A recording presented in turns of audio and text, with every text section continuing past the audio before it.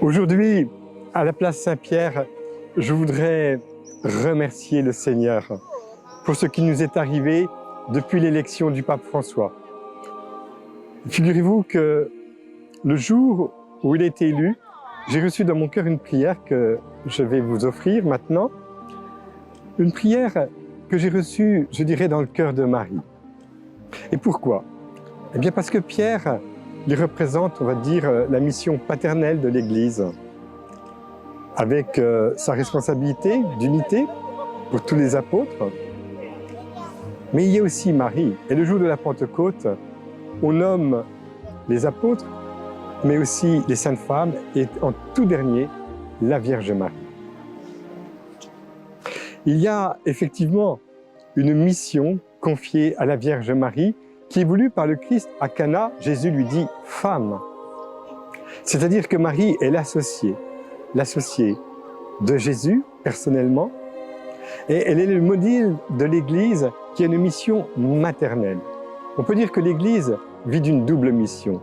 La mission paternelle, représentée par Pierre, et la mission maternelle, représentée par la Vierge Mère, mère de l'Église, elle qui en est membre, mais aussi mère de tous les hommes.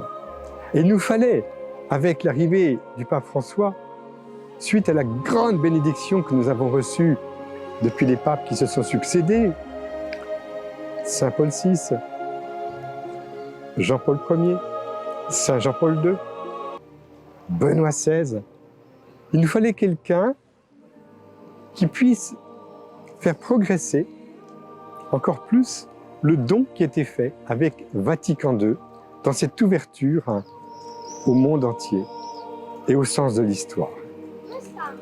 Alors, j'ai reçu cette prière, je me souviendrai toujours. C'était au moment où on découvrait pour la première fois ce pape, le pape François.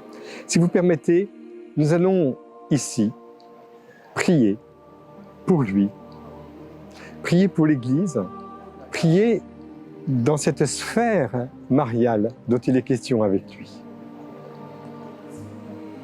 Je m'appuie donc sur cette prière que j'ai composée.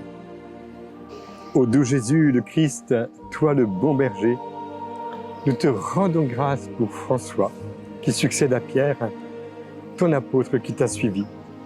Après sa triple confession d'amour, là où il n'aurait pas choisi d'aller jusqu'à son âge avancé.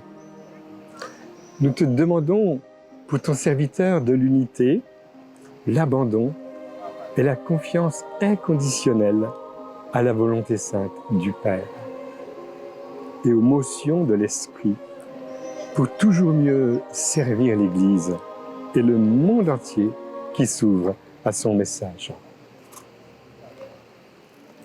Inspire à notre pape François, dans la grâce du renouveau, du début de ce millénaire, un esprit d'ouverture et de fidélité créatrice à l'Évangile et à la tradition vivante de ton Église, afin de l'édifier sur le sang du Seigneur qui était versé sur la croix et de confesser la gloire du Christ crucifié.